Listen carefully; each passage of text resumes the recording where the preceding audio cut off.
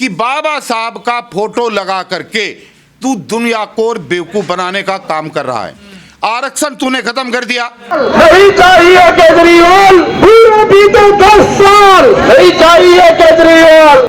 अपने सारी बिरादरी के, बनिया बिरादरी के लोगों को ठेका दे दिया खून चूसने के लिए, और आज दिल्ली में 5.5 लाख वैकेंसी खाली पड़ी है, उनको भरने का नाम नहीं ले रहा, कच्चे कर्मचारियों को पक्का नहीं कर रहा है, और सारा आरक्षण समाप्त कर दिया। जब न बचेगा बांस और ना बजेगी बांसुरी।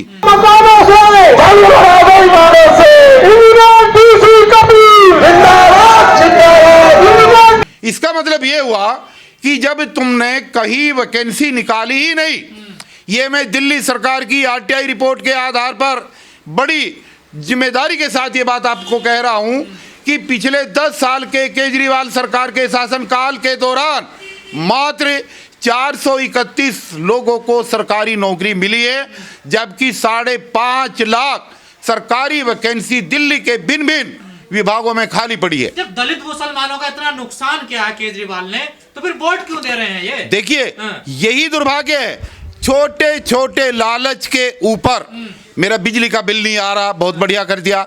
मुझे दवाई फ्री मिल रही है, बहुत बढ़िया कर दिया।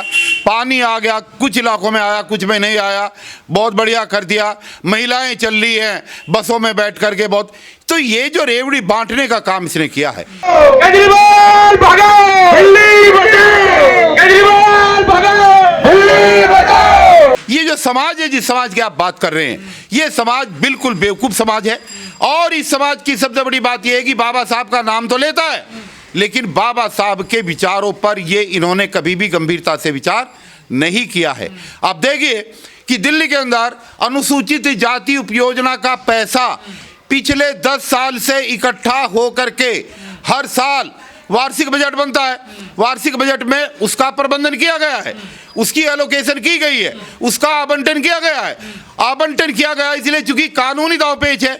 उसके बाद में वो सारा पैसा फ्री की रेवड़ियों में लुटा दिया गया है। कह रहे पानी बिजली फ्री दे रहे हैं ना, देखिए, पैसे से दिया जाता है। पानी बिजली फ्री, अगर उस पैसे से पानी बिजली फ्री अगर दलितों को दी जाती तो आपकी बात को मैं एक बार सच मान लेता। लेकिन हमारे दलित फंड के पैसे को लुटा करके जो पैसा हमारी विधानसभाओं में विकास पर लगना चाहिए, जो हमारे बच्चों के शैक्षणिक विकास के लिए लगना चाहिए, जो हमारी महिलाओं के लिए लगना चाहिए, जो छात्रवृत्ति में मिलना चाहिए, वो पैसा वहां ना लगाकर ये पैसा सारा इसने फ्री की रेवड़ियों में बांट दिया। और बांटा किसको? सरमाएदार लोगों को, उन लोगों को जिनके 10-10 लाख रुपए का क्या नाम है ब्याज आता है, उनके किराया आता है। ऐसी ऐसी महिलाएं जो 1-1 लाख रुपए सैलरी ले रही हैं, उन सबके ऊपर लुटा दिया। आज सवाल यह है कि ये 60,000 करोड़ रुपया जो दलित फंड का है, अगर ये 60,000 करोड़ रुपया 12 सुरक्षित विधानसभाओं में लगाया जाता तो एक विधानसभा के हिस्से 5,000 करोड़ रुपए बैठते। 5,000 करोड़ रुपए अगर वहां पर लग जाते तो क्या उन विधानसभाओं की तस्वीर ना बदलती? जहां आज पार्क नहीं है, पार्क में आज कुत्ते बिल्ली सुअर लेट रहे हैं। जहां पर आज अस्पताल नहीं है, जहां पर आज सड़कें नहीं है, जहां पर आज बसें नहीं जाती, जहां आज यातायात का समाधान नहीं है, जहां पर आज तक हॉस्पिटल नहीं है, तो क्या वहां पर विकास ना होता? तो ये दलित विधायक, दलित मंत्री क्या कर रहे हैं? ये सवाल तो ये गुलाम है। ये सारे जितने भी केजरीवाल के टिकट पर एमएलए बनते हैं, काउंसलर बनते हैं रिजर्व सीटों से, ये सब गुलाम हैं। ये अगर इंडिविजुअल खड़े हो जाएं, इनको 100 वोट भी नहीं मिलेगा। इनको पता है कि मेरी वोट मेरे आका के नाम पर मिल रही है, और आका की वोट आका के नाम पर ना मिल करके वो फ्री की रेवड़ियों पर मिल रही है। जब तक दिल्ली का दलित समाज अपने अधिकारों को, आप समझ लीजिएगा, 5,000 करोड़। एक आंकड़ा और बता रहा हूं, हर विधानसभा के अंदर लगभग अमूमन 2 लाख वोटर है। उस 2 लाख वोटर में जो अनुसूचित जाति का वोटर है वो लगभग 50,000 है। अरे 5,000 करोड़ और 50,000 वोटर अगर आप डिवाइड करें तो आप पाएंगे कि कम से कम 1 करोड़ रुपया एक वोटर के हिस्से आता है। अब सवाल यह है कि 1 करोड़ रुपया तो दबा गया, और उस 1 करोड़ की एवज में आंखों में धूल झोंक करके केजरीवाल साहब वहां पर 1000 रुपए के बिजली के बिल की कटौती और उनको रियायत दे करके उनको खुश कर रहा है, और ये समाज समझ नहीं रहा। नहीं, वोटर तो है दलित और मुस्लिम, और प्रत्याशी जनरल खड़े हो रहे हैं वहां। दलित और मुस्लिम वोटर है, ये बिल्कुल आप सही कर रहे हैं, और इन्हीं वोटरों की वजह से लोकसभा का चुनाव जीता। प्रत्याशी दलित वोटर क्यों नहीं मिलता केजरीवाल को? राज्यसभा का देखिए हाल क्या है। राज्यसभा में जो 12 सीटें यहां पर आई और पंजाब में भी आई, एक भी सीट पर राज्यसभा की किसी दलित को या किसी मुस्लिम को इसने प्रतिनिधि नहीं दिया। आपके सामने किसी को भेजा ही नहीं राज्यसभा, एक को भी नहीं भेजा। तो क्यों भाई, क्यों नहीं भेजा? वोट तो हमारा है, विधानसभा हमारी है, विधानसभा में जिता कर एमएलए हम भेजते हैं, उन्हीं एमएलए के बलबूते के आधार पर राज्यसभा की सीटें मिलती हैं, तो फिर वहां पर हमारा प्रतिनिधि क्यों नहीं है? एजुकेशन अच्छी कर दी है, स्कूल अच्छे कर दिए हैं। सब झूठी बात है। अगर अच्छी कर दी है, जितने भी स्विमिंग पूल इसने बनाए हैं स्कूलों के अंदर, जहां ये बाहर के लोगों को ला करके बेवकूफ बनाता है, मुझे आप बता दीजिएगा, आप सर्वे करा लीजिएगा कि 12 की 12 विधानसभाओं में जितने स्कूल हैं जो रिजर्व विधानसभा में, उनकी बात कर रहा हूं, एक भी रिजर्व विधानसभा के अंदर ये मुझे कहीं किसी स्कूल में स्विमिंग पूल दिखा दे। क्यों भाई, वहां पर क्यों नहीं बनाए? मनीष सिसोदिया के में क्यों बनाया? गंज में बनते हैं सारे। यस, क्योंकि वहां पर लोगों को पकड़ के लाते हैं और शिक्षा का मॉडल दिखाते हैं। अब मैं शिक्षा के मॉडल की अगर बात करूं, तो जिस शिक्षा के मॉडल की बात करके बेवकूफ बना रहे पूरे वर्ल्ड में, वहां पर 3000 IT असिस्टेंट जो डिप्लोमा होल्डर हैं, जो ग्रेजुएट हैं, जो पोस्ट ग्रेजुएट हैं, जो डाटा एंट्री करते हैं, कंप्यूटर जो ऑपरेटर, जो कंप्यूटर ऑपरेटर है, उनकी 6 महीने से सैलरी नहीं दी भाई साहब ने, और सैलरी ना देने के साथ साथ 6 महीने से उनका ठेका भी नहीं बढ़ाया। मुद्दा केजरीवाल वापस जाओ, वापस जाओ, वापस जाओ, भ्रष्टाचारी केजरीवाल वापस जाओ, वापस जाओ, वापस जाओ। जबरदस्ती उनसे काम करा रहा। ये देखिए, जब हमने 20 दिसंबर को मंडी हाउस में इसकी विधानसभा का घेराव किया और सारे IT असिस्टेंट वहां पर आए, तो वहां पर बिल बिला करके इसने फाइल भेजी, और आज रिजल्ट ये है कि LG साहब ने उन बच्चों को बहाल किया दोबारा और वो ड्यूटी पे चले गए। अगर हमने आवाज ना उठाई होती तो ये तो बेवकूफ बनाता रहेगा। आज सवाल ये है कि दिल्ली के अंदर विधानसभा का बिगुल आज बजने वाला है। चुनाव आयोग किसी भी क्षण डेट डिक्लेयर करने वाला है, चुनाव घोषित हो जाएगा।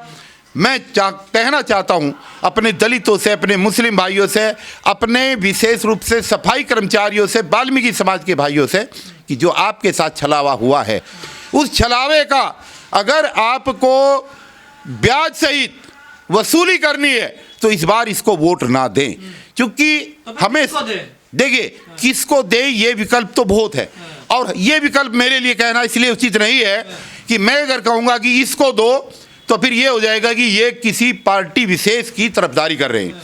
हम क्यों कहें किसको दे? तो जो भी आरोप लगे, देखिए आपने केजरीवाल का जीना हराम कर रखा, रोज सब यात्रा, रोज आंदोलन कर रहे हैं आप डेली। अब क्यों कर रखा जीना हराम, ये भी समझ लीजिएगा। केजरीवाल की जगह अगर आज इस सत्ता की कुर्सी पर कांग्रेस बैठी होती तो हम कांग्रेस को जब भी तो कोसते। कांग्रेस दिल्ली के अंदर न तो लोकसभा में है, मतलब न तो केंद्र की सरकार में है, ना राज्य की सरकार में है, और न ही MCD के स्तर पर है। तो जब वो है ही नहीं तो उसके खिलाफ आंदोलन कैसे करें? और भाजपा की जहां तक बात है, दिल्ली विधानसभा में 93 के अंदर चुनाव की शुरुआत हुई, तब भाजपा की सरकार बनी, तब से लेकर के आज तक 32 साल तक भाजपा की सरकार दिल्ली में कभी नहीं बनी। तो भाजपा को क्या कसूरवार ठहराओगे? भाई कसूरवार तो कि बीजेपी के इशारे पे DC कपिल ने दिल्ली में आंदोलन छेड़ रखा। कहने वाले कुछ भी कहे, हमने कभी किसी को नहीं कहा कि आप बीजेपी को वोट दो। हमारा झगड़ा, हमारी लड़ाई, हमारी विचारधारा, जिसको हमने वोट दिया है, जिसको हमने मुख्यमंत्री बनाया है, जिसको विश्व रिकॉर्ड जीत के साथ हम जिता करके लाए हैं, उसी के खिलाफ हम आंदोलन करेंगे निश्चित रूप से। उसके अलावा हम आंदोलन किसके खिलाफ करें? आज सवाल ये है, देखिए एक बड़ा दिलचस्प चीज चल रही है, मैं आपके चैनल के माध्यम से कहना चाहता हूं। केजरीवाल जी कहते हैं कि भाजपा मुझे काम नहीं करने दे रही, LG मुझे काम नहीं करने दे रहा। अब दिल्ली की जनता ये केजरीवाल से सवाल कर रही है कि 70 सीटों में से विश्व रिकॉर्ड के साथ 67 सीटें दी, तुम जब नहीं काम कर पाए। दोबारा चुनाव हुआ तो 70 में से 62 दी, तुम तब भी काम नहीं कर पाए। और तुमने बहुत बढ़िया बढ़िया काम कर लिए, उनको नहीं रोका किसी ने। आपने शीश महल बना लिया, किसी ने नहीं रोका। आपने एक के साथ एक दारू की बोतल फ्री बांटी, आपको किसी ने नहीं रोका। तो बात सवाल यह है कि अगर 70 में से 67 और 62 सीटें देने के बाद भी आप ये कह रहे हैं कि मुझे काम नहीं करने दिया जा रहा है, तो क्या आप उम्मीद करते हो कि 70 की 70 आपको मिले? वो तो कभी होगा नहीं। तो फिर आपको वोट क्यों दिया जाए? आप है, आपदा है ये आपकी बहुत बड़ी आपदा है, ये बीमारी है, ये झूठ की पिटोली है, और ये आरएसएस का छोटा रिचार्ज है। बीजेपी की भाषा ये बीजेपी नहीं, बीजेपी तो कभी कहेगी नहीं कि हमारा छोटा रिचार्ज। तो कह रही है आपदा इनको। देखिए, छोटा रिचार्ज इसलिए है, ये कहता विकास होना चाहिए। अरे फिर काम के नाम पर वोट मांगना, हनुमान के नाम पर वोट क्यों मांगता है? जेल जाता है तब भी हनुमान याद आता है, जेल से छूटता है तब भी हनुमान याद आता है। अब पुजारियों के में भी वहीं से इसने रजिस्ट्रेशन करने शुरू करे। तो बाबा साहब याद नहीं आए थे, आपको पता? बाबा साहब कभी याद नहीं आए। बाबा साहब के फोटो पर माला और बाबा साहब के विचारों पर ताला, यही काम इसने हमेशा किया है और ये वही करेगा। वो बात अलग है। तो आप लोग सब जानते थे कि केजरीवाल जो है आरक्षण विरोधी, उन्होंने आरक्षण के विरोध में कई सारे विरोध प्रदर्शन किए हैं, तो फिर आप लोग यस, ये भूल थी कि उन चीजों को जब पार्टी बनने से पहले, अन्ना आंदोलन शुरू होने से पहले भी इसने तमाम जगह पर जाकर के आरक्षण का विरोध किया था। उसी समय जनता को समझ लेना चाहिए था, लेकिन लोगों को ये लग रहा था कि भैया पार्टी बना ली इसने, हो सकता है अब नया विकास करे। और चूंकि दिल्ली की जनता, ये कड़वा सच है, पानी, बिजली और तमाम चीजों में, शिक्षा, स्वास्थ्य के मामले में कांग्रेस की सरकार से, बीजेपी की सरकार से त्रस्त आ चुकी थी, तो एक विकल्प के रूप में एक मौका दिया। लेकिन एक मौका देने के बाद जब पहले 5 साल में इसने काम नहीं किया, ये झूठा साबित हुआ। इसके जितने भी मैनिफेस्टो थे, उन मैनिफेस्टो के अंदर जितने पॉइंट थे, कोई भी क्लियर नहीं किया।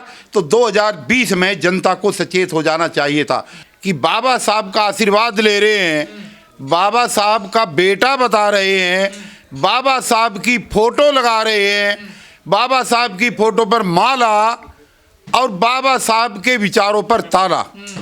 आपने 2 दिन पहले देखा होगा कि उन्होंने एक फिर रेवड़ी बांटी दिल्ली के अंदर और ये कहा कि हम दिल्ली के मंदिरों के पुजारियों को और दिल्ली के ग्रंथियों को 18,000 रुपये मासिक पर मंथ जो है हम उनको वेतन देंगे।